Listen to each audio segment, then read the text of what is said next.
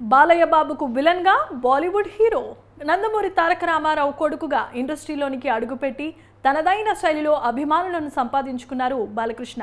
నిజం చెప్పాలంటే నందమూరి లెగసీని కంటిన్యూ చేస్తున్న వాళ్ళలో బాలయ్య కూడా ఒకరే. ఈ మధ్య కాలంలో బాలయ్య సినిమాలకు ఉండే క్రేజే వేరు. ప్రస్తుతం ఏ పాన్ ఇండియా హీరోకు కూడా అలాంటి క్రేజ్ లేదు.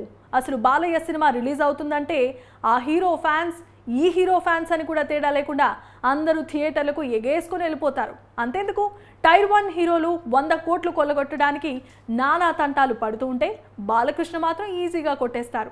గతేడాది ఏకంగా 2 బ్యాక్ టు బ్యాక్ 100 కోట్ల సినిమాలు చేసి బాక్స్ ఆఫీస్ దగ్గర తన సత్తా ఏంటో నిరూపించుకున్నారు.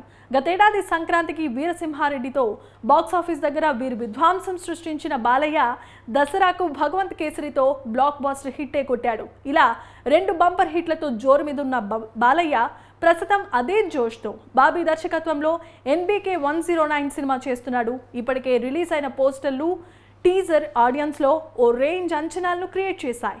దానికి తోడు వాల్తేరు వీరయ్య లాంటి ఊహించని బ్లాక్ బాస్టర్ హిట్ కొట్టిన బాబీ ఈ సినిమా తెరకెక్కించనుండటంతో అందరిలోనూ ఎక్స్పెక్టేషన్స్ ఓ రేంజ్లో నెలకొన్నాయి. ఇక ఇదిలా ఉంటే ఆ సినిమాలో కోలీవుడ్ స్టార్ డైరెక్టర్ గౌతమ్ వాసుదేవ మీనన్ ప్రతినాయకుడిగా కనిపించబోతున్నారు.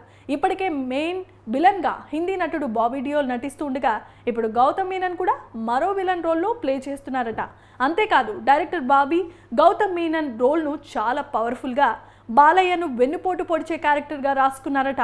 ఇక గౌతమ్ మీనన్ టాలీవుడ్ ఆడియన్స్కు సుపరిచితమే.